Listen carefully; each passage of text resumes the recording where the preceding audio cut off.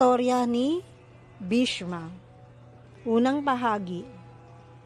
Kilalanin muna natin ang mga magulang ni Bhishma na si Haring Shantanu at si Ganga.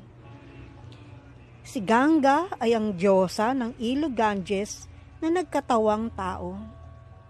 Nang makita ni Haring Shantanu si Ganga, agad siyang naakit sa kanyang kagandahan at hiniling na pakasalan siya.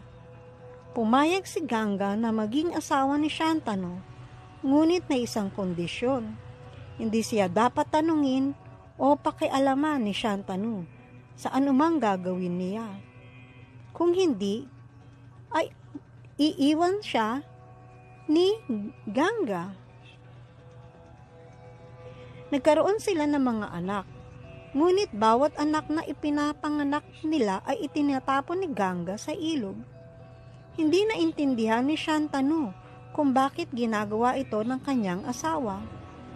Ngunit dahil nangako siya, hindi niya siya tinanong o hinadlangan.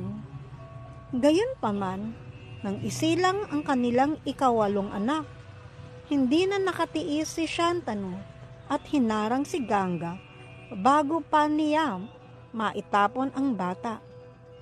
Dito, isiniwalat ni Ganga na ang mga anak nila ay ang mga demigods na isinimpa muling isilang bilang mga tao. Ang pagtapon sa kanila sa ilog ay isang paraan upang sila'y muling makabalik sa kanilang orihinal na kalagayan bilang mga demigods.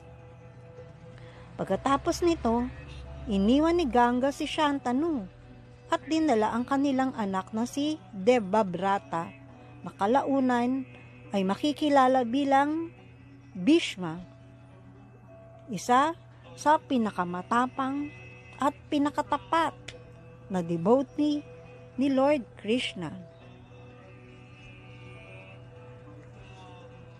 Kalaunan, si Haring Shantanu ay nasa pangangaso sa gilid ng ilog Ganges.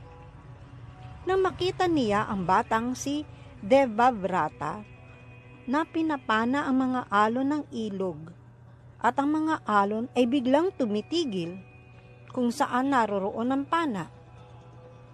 Namangha si Shantanu sa kagalingan ng bata at doon niya nakilala na ito ang kanyang anak kay Ganga, ang diyosang ilog na kanyang asawa.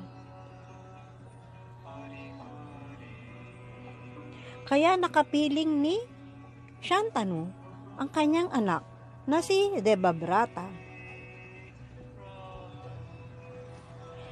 Noong unang panahon, si Shantanu na namumuno sa dakilang lungsod ng Hastinapura, isa sa kanyang mga anak ay si Debabrata na kalaunan ay tatawaging Bhishma. Isang araw, habang nangangabayo si Haring Shantanu sa kagubatan, nakita niya ang isang napakagandang mangingisda at nagnais na pakasalan ito. Ang pangalan ng dalagang iyon ay Satyavati. Subalit tumanggi ang ama ni Satyavati sa kahilingan ng hari. Dahil sa pangambang ang mga anak ng kanyang anak ay hindi maaaring maging tagapagmana ng trono. Ito ay labis na ikinalungkot ni Haring Shantanu. Napansin ni Debabrata ang kalungkutan ng kanyang ama at nang madiskubre niya ang dahilan nito, hinarap niya ang ama niyang si Satyavati at nangako na hindi siya kailanman mang-aangkin ng trono upang magiging anak nila ni Haring Shantanu at Satyavati ay ang magiging tagapamahala. Nang marinig ito, ang ama ni Satyavati na kahit pa isuko ni Debabrata ang kanyang karapatan sa trono, ang kanyang mga magiging anak ay maaari pa ring mag-angkin ng trono. Dahil dito, nangako si Debabrata na mananatili siyang walang asawa habang buhay. At sa gayon ay isinakripisyo niya ang kanyang titulo bilang tagapagmana ng korona. Tinawag siyang Bhishma na nangangahulugang siya na may kakilakilabot na panata. Bilang pagtukoy sa kanyang pangakong habang buhay na hindi mag-aasawa.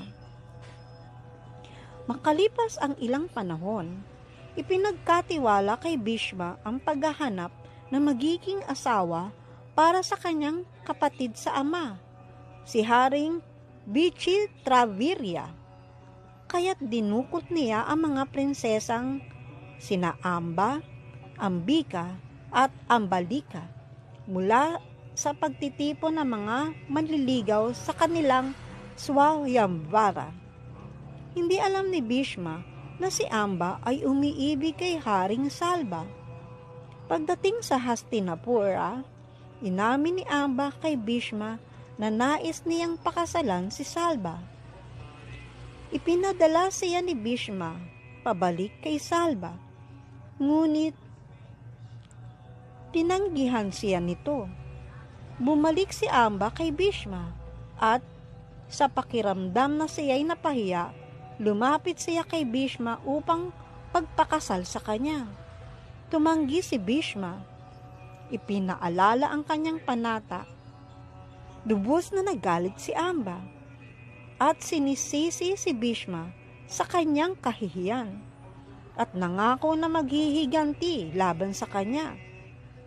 Nagpatupad siya ng mahigpit na pag-aayuno at penitensya upang mapasaya si Panginoong Shiva. Nagpakita si Panginoong Shiva sa kanya at tiniyak na siya ay isisilang muli bilang isang lalaki nagngangaling Shikhandi at siya ang magiging dahilan ng kamatayan ni Bhishma.